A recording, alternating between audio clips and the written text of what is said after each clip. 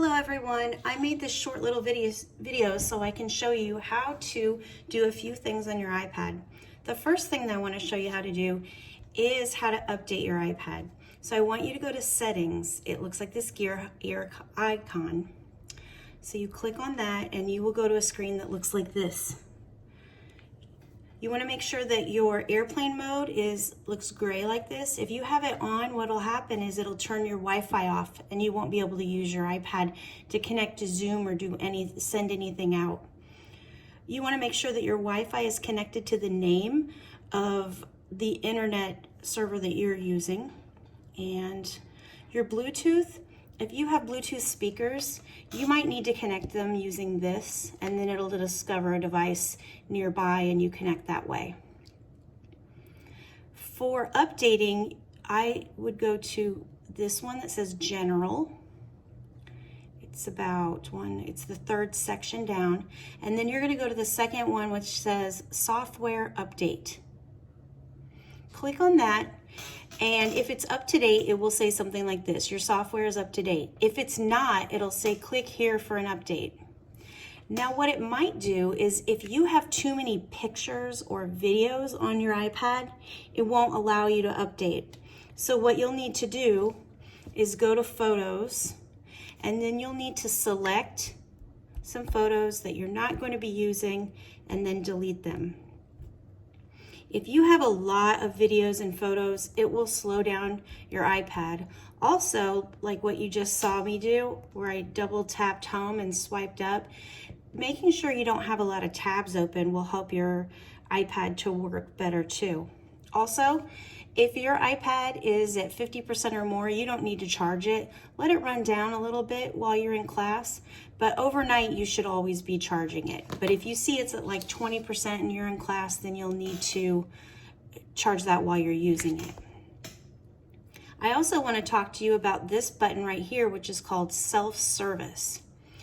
This button is where you will go to install apps that you might need. One app that we're going to be using a lot is the Canvas student app. Make sure you have that one installed. The way you can install it is, like this one says install, this one says reinstall. If it's not working right, you could always reinstall it, but I'll just show you what it looks like when you press that. An install command was already sent. Are you sure you want to reinstall? I'm just pressing reinstall just to show you how to install something. So it'll swirl around like this. Then I'm going to double tap, swipe up, and I'm going to go here and look, I can see it loading.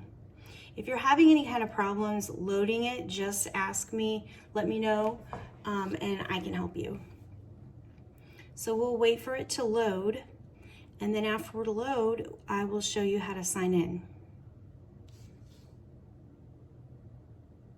Okay, so the student app is up and going. I'm going to click on it.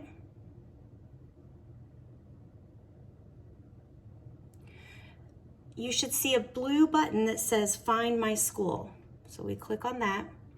Then it will say, what's your school's name?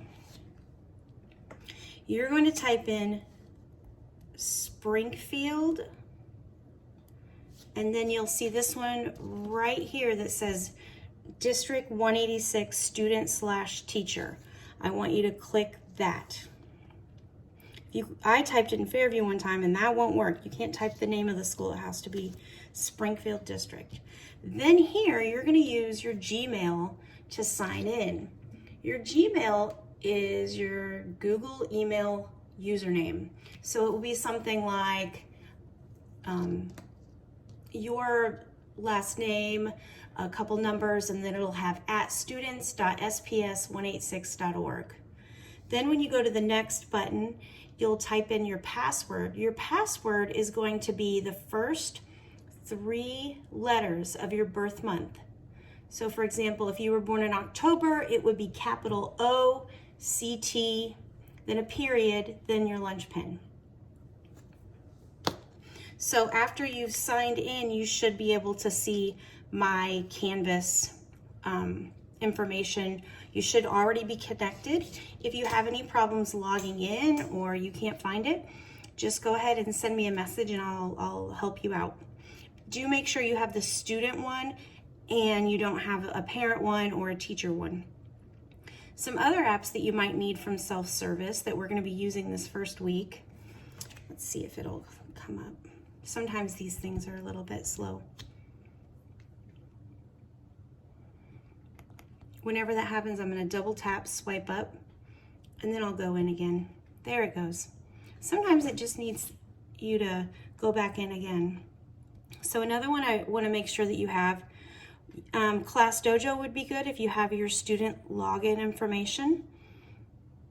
I also like Reflex. We're going to be using Reflex. We're going to be using Google Classrooms right here. I was looking for Reflex down here.